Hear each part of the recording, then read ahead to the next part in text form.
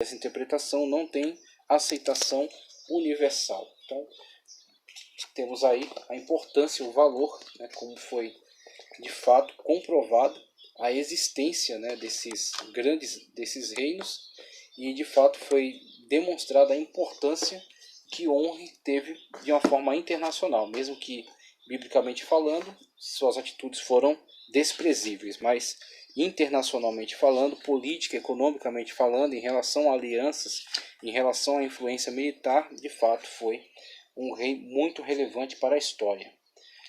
Vamos ver, dando continuidade aqui agora com Acabe, falando aqui agora sobre Acabe na continuidade da dinastia de Onri. Temos Acabe 870, entre 870 e 848 a.C. Veja só. Com a morte de Onri, Acabe, seu filho, reinou em seu lugar, num período de 22 anos, conforme o primeiro livro dos Reis, 16, 29, também o 22 e o 40. Seu nome em hebraico significa irmão do pai. Interessante, né? Irmão do pai. Por mais estranho que pareça, nosso Senhor Jesus Cristo é descendente de Acabe. Interessante. Descendente de Acabe e Jezabel. Entra aí na genealogia. O Uzias mencionado ali é o mesmo Uzias ou Amazias, filho de Joás, que era neto de Atalia e bisneto de Acabe e Jezabel. De todos os reis de Israel, parece que Acabe é o que ficou mais famoso por causa de sua esposa Sidônia Jezabel. Se o pai Onri foi um rei iníquo, despótico e idólatra, Acabe foi mais ainda. Em maldade ele superou seu pai, mas não podia ser diferente. O filho sempre procura seguir o exemplo do pai, especialmente quando se trata de ser mau. Então aqui o autor já coloca aí uma posição, né, como o exemplo de Onri foi decisivo aí na forma como Acabe também veio a conduzir o seu reinado. Acabe se tornou um fiel devoto do deus Baal, e o pior é que ele levava isso muito a sério. Mas apesar de tudo isso, parece que ele tinha um certo temor a Jeová. Então ele vê aquilo que a gente já observou também em relação ao caso de Nabote, como ele se vê de fato limitado. Então ele não tinha aquela mentalidade ainda, conforme colocada de uma forma muito aberta, né, por Jezabel. Então Jezabel via assim uma situação totalmente confusa para ela. Por que Acabe se via limitado por um insignificante, aos olhos dela, né, um insignificante cultivador de uvas? Então como é que ele, sendo rei, não poderia ter aquele território, aquela terra para ele? Então ela não entende essa situação essa que é de fato um conflito, porque Acabe tinha ainda algum resquício, alguma influência, né, esse conceito de que o rei em Israel não é um semideus. O rei em Israel não tem todo o poder às suas mãos, mas ele tem que obedecer também à lei de Deus, como foi determinado que cada rei tivesse uma cópia do livro de Deuteronômio, para que lesse e andasse conforme os preceitos que Deus determina para os reis de Israel. Então ele vai falar mais aqui: a marca registrada de Acabe e sua esposa Jezabel, pois ela o manipulava como bem queria. Cita aqui primeiro livro dos Reis 21 e 25.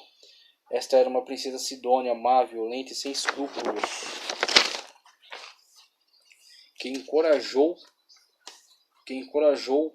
Acabe em sua idolatria, bem como toda forma de pecados e atos de violência. A influência fenícia em Israel. Conforme já vimos, a forte influência da Fenícia em Israel iniciou com Onri, pai de Acabe. Aquilo que Onri iniciou, Acabe concluiu. É claro que já nos tempos de Davi e Salomão haviam laços comerciais entre os israelitas e os fenícios, mas esses laços eram apenas diplomáticos e comerciais. Com a divisão dos dois reinos, Israel e Judá, as alianças ficaram restritas somente ao reino do norte, até porque eram vizinhos bem próximos. Então, a geografia bíblica nos mostra isso, como Israel e a Fenícia são vizinhos, dividem fronteira. Judá ficará para a porção sul. Então, Judá estará confinado entre os filisteus, Israel ao norte, tá certo? Mar Morto, os moabitas a leste. Tá, ok? Então, a geografia bíblica nos mostra essa situação.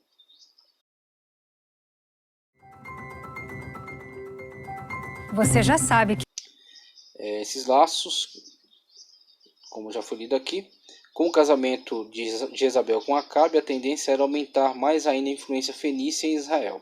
A lei de Moisés proibiu o casamento de israelitas com pessoas estrangeiras, mas essa prática era quase sempre ignorada, especialmente quando se tratava de aliança política.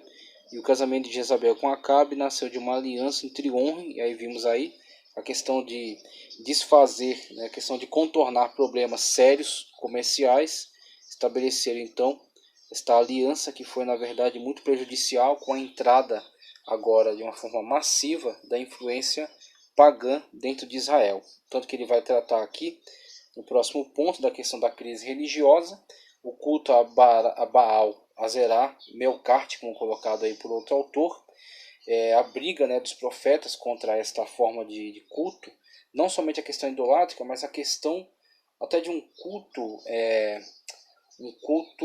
obsceno, um culto licencioso, tá certo? Um culto de práticas imorais, porque havia toda uma questão de prostituição cultural, sendo Baal o deus da tempestade e Azerá uma deusa da fertilidade, e a forma como se realiza os atos cultuais é uma forma de relação sexual promíscua entre hieródulas, tá certo? Prostitutas de templo e homens também que estavam disponíveis para esses atos, no qual era encenado um tipo de fertilização. Então esses cultos que eram realizados atentavam flagrantemente contra a lei de Deus, tá ok?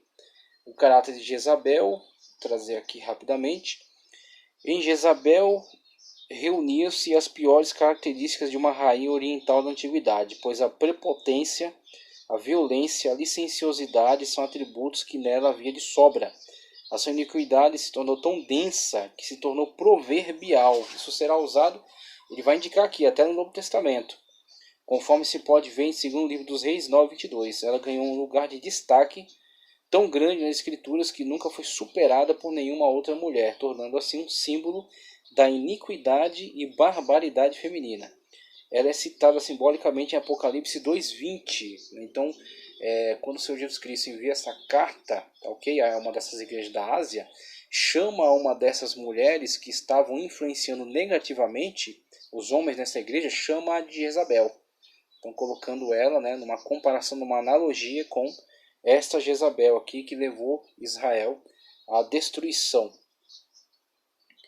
Como líder feminina que corrompeu a igreja primitiva com toda a sorte de males obscenos e depravados. Então ele cita essa questão aqui, né, ele descreve essa questão do caráter, do péssimo caráter de Jezabel, vai falar sobre o assassinato de Nabote, que já discutimos aqui, questão, né, de conflito que houve entre Acabe e Nabote, sendo Nabote amparado pela lei mosaica, mas Jezabel, contornando a situação, influenciando negativamente Acabe, a assumir esta mesma postura, que era típica dos reis do Oriente, se colocar quase como um deus e tomar a terra de quem quisesse e matar a quem quisesse, uma vez que, na mentalidade deles, isso era característica de um rei. Os reis poderiam fazer isso, ok?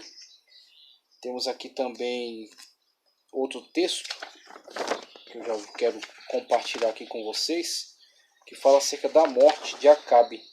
A morte de Acabe, ele vai falar sobre Acasias e depois Jorão. A morte de Acabe fala sobre Acasias e fala sobre Jorão. Veja só. Acerca da morte de Acabe diz o seguinte: Acabe havia vencido fragorosamente os sírios em 2 guerras, e todas essas vitórias foram alcançadas por providência divina. Na última batalha, sem necessidade, ele fez aliança com Ben-Hadad, rei dos sírios, poupando-lhe a vida. 1º livro dos Reis 20:34. Isso foi um trágico pacto, porque custou-lhe a própria vida. 1º livro dos Reis 20:42. A aliança de Acabe com Ben-Hadad foi condenada por Deus através do oráculo de um profeta anônimo. Então, Acabe tinha ordens expressas para eliminar. Então, semelhante ao que Saul fez, né? Semelhante ao que outros reis também fizeram, erraram em desobedecer e não cumprir a ordenança de Deus à risca. Então, em certo momento, quiseram fazer conforme sua própria cabeça, sua própria mente, e estabelecer alianças que entendiam que seria vantajosa, ignorando a ordenança de Deus. E isso veio a cair sobre eles como condenação.